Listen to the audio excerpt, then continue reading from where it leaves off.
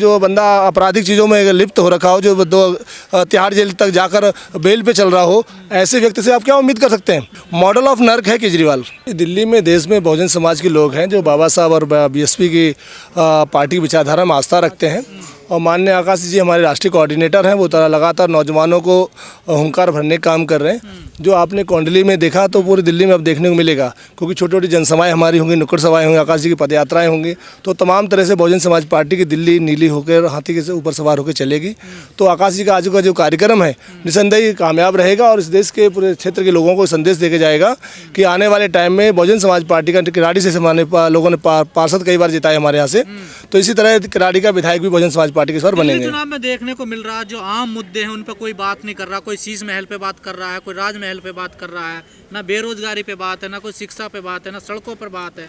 दिल्ली में इतना प्रदूषण है उस पर भी कोई बात नहीं कर रहा है। कोई शीश महल को देख रहा, कोई राजमहल को देख रहा। क्या इसी पे दिल्ली में चुनाव होगा? तो यही तो हम बात बार बार मंचों के द्वारा बार बार माननीय आकाश जी और माननीय बहन जी और हम लोग बताने का काम करते हैं कि जैसे ये लोग फेंक रहे हैं, एक बंदा साड़ी की तरह लपेट रहा है, तो ये लोग जो गुमराही की राजनीति कर रहे हैं, जो छलावे की राजनीति कर रहे हैं, शीश महल और ताजमहल की राजनीति कर रहे हैं, पर्दे की और टॉयलेट की राजनीति कर रहे हैं, और जो मूल समस्याएं जो दिल्ली की हैं, खासकर जो गड्ढा है रोडों में, यहाँ का जो शिक्षा का स्तर गिरा हुआ है, जो मलिन बस्तियाँ आप जब देख के आते होंगे तो तमाम कीचड़ और नालियाँ कीचड़ से बजा घूम रही हैं, तो बुरा हाल हो रखा है लोगों के यहाँ के जीवन स्तर का। तो मुझे लगता है कि लोगों को सोचना चाहिए कि जो हर बार 5 साल बाद एक पिटारा लेके आ जाते हैं, चाहते 2 महीने 3 महीने पहले कि हमको 521 रुपये देंगे, 25 रुपये देंगे, तो तमाम तरह की ड्रामेटिकल चीज़ें करते हैं। तो समाज को भी तो चेतना, भाई आदमी सब लोग रोटी खाते हैं, तो अपने दिमाग का विवेक का यूज करें कि जैसे माननीय बहन जी ने उत्तर प्रदेश में 4 बार सरकार बनाई, तो वो हमें इतिहास से सीखना होता है, समझना भी पड़ता है, उसी समय हमको ऊर्जा मिलती है। तो माननीय बहन जी ने सरकार बनाई उत्तर प्रदेश में, तो उत्तर प्रदेश के लोग यहाँ बस रहते हैं। जो कॉलोनी आपको दिखाई देती हैं सारी विस्थापित हुई कॉलोनियाँ उत्तर प्रदेश बिहार के लोग हैं यहाँ पर। तो उन लोगों के जीवन वहाँ गांव में जब दयनीय था तो यहाँ पे दयनीय है। तो यहाँ अगर जीवन स्तर को हम सही करना चाहते तो उत्तर प्रदेश में हमने सरकार बना के थोड़ा बहुत लोगों का मान सम्मान बढ़ाया, सामाजिक परिवर्तन के तौर पर, आर्थिक तौर पर मजबूत हुए, राजनीतिक तौर पर मजबूत हुए। तो दिल्ली के लोग भी अगर चाहें तो बदलाव ला सकते हैं। 2100 रुपये देने की बात कर रहे हैं महिलाओं को और पुजारियों को 18,000 प्रति माह। तो ये तो देखो सरकार के जो वो है, सरकार 10 साल से सरकार में तब तो नहीं दी ना। मैं वही कहना चाह रहा हूँ आपसे कि अगर 10 साल का पीछे छोड़ दो, आप पंजाब अभी सरकार के बनवा के आए हो, वहाँ पे 1100 रुपये महिलाओं के लिए इन्होंने निर्धारित किए थे। वहाँ की महिलाएं इन्हें ढूंढ रही हैं कि माननीय केजरीवाल जी एक बार मिल जाए तो उनसे पूछ लें 1100 रुपये किस जेब में रखे निकाल लें। तो ऐसे ही दिल्ली में भी तमाम तरह की जो झूठी घोषणाएँ कर रहे हैं, तो निसंदेह ये लोगों को ठगने का काम है। तो दिल्ली के लोगों को समझना चाहिए, भाई फ्री पानी, फ्री बिजली, फ्री यात्रा से क्या मिलता। झूठ बोलते हैं। अगर आप बिल्कुल झूठ तो बोल ही रहे हैं, झूठ बोलने का तो पर्यायवाची है वो। जो बंदा पर्यायवाची हो, जो बंदा आपराधिक चीज़ों में लिप्त हो रखा हो, जो तिहाड़ जेल तक जाकर बेल पे चल रहा हो, ऐसे व्यक्ति से आप क्या उम्मीद कर सकते हैं। वो तो कहते हैं कट्टर ईमानदार हूं मैं। कट्टर ईमानदार है ना, तभी तो तिहाड़ जा रहा है। भाई जिसके 6 कैबिनेट मंत्री में से मानवर 5 कैबिनेट मंत्री जेल में है। कैबिनेट मंत्री 6 की सरकार होती है, कैबिनेट मंत्री की 5 में इतने ईमानदार है, 5 जेल में है। जहाँ आग होती है वहीं तो धुआं होता है। भाई आपको हमको ना पकड़ ले पुलिस। तो वो तो कहते हैं ना दवा दारू का इंतजाम कर दिया मैंने दिल्ली। हाँ तो वो वही तो चाहिए। हम लोगों से कहते हैं भाई दवा दारू की जगह शिक्षा का व्यवस्था इंतजाम करता, सही से रहने के लिए लोगों की व्यवस्था करता, महिलाओं सुरक्षा की व्यवस्था करता।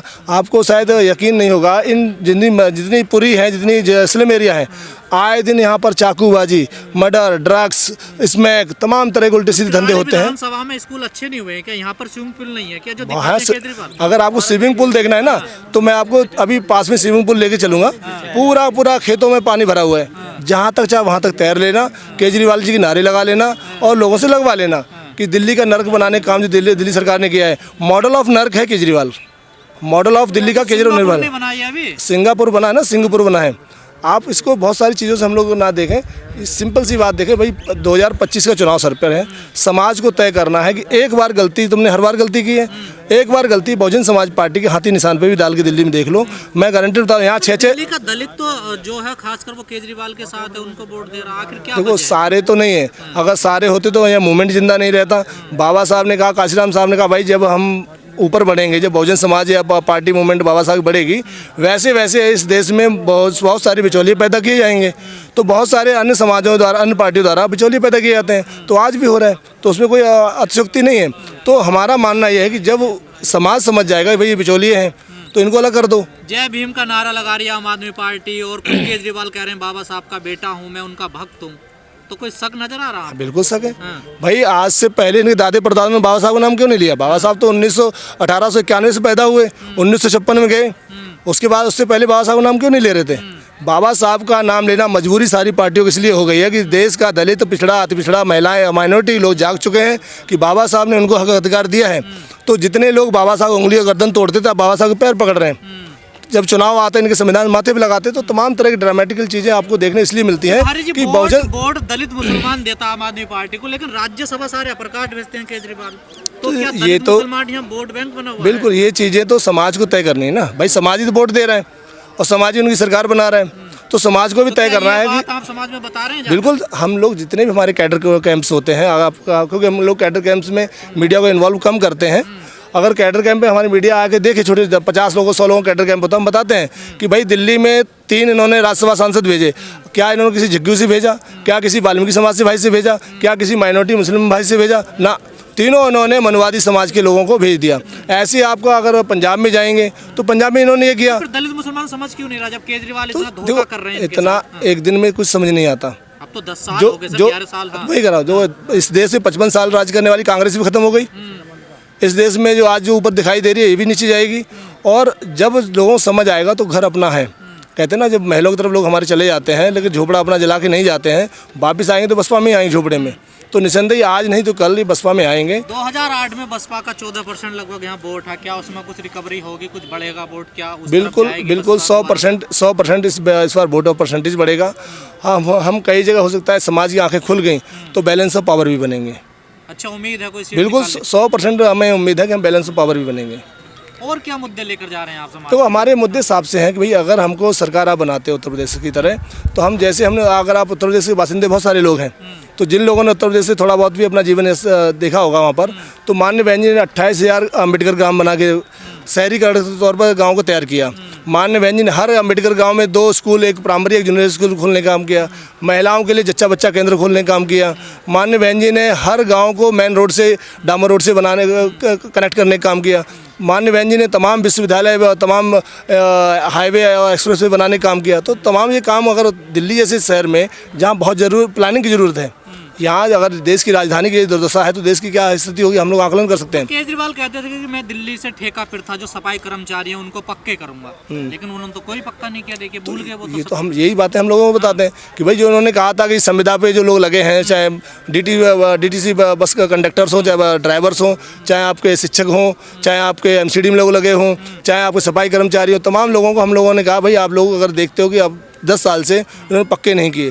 अभी मार्शल का भी मुद्दा आया कि उन्होंने नौजवान जो 20-22 साल का लड़का जो फौज में पुलिस में जा सकता था, उनको मार्शल में ओवरेज करके ख़त्म कर दिया, अब उनको वहाँ से भी निकाल दिया। तो तमाम ये मुद्दे समाज के हैं, यहाँ के नौजवान के मुद्दे हैं। वो सवाल करे और सवाल तभी कर पाएगा जब वोट के आधार पर अपने वोट का सही प्रयोग करके देगा। कहते हैं कि मैं बाबा साहब का बेटा हूँ, सम्मान करता हूँ बाबा साहब का, भगत सिंह का, लेकिन वो जो दूसरी तरफ मंदिर की राजनीति करते हैं, पुजारियों को 18,000 है। तो केजरीवाल जी क्या कहते हैं, क्या करते हैं, ये उनका वक्तव्य निराधार है।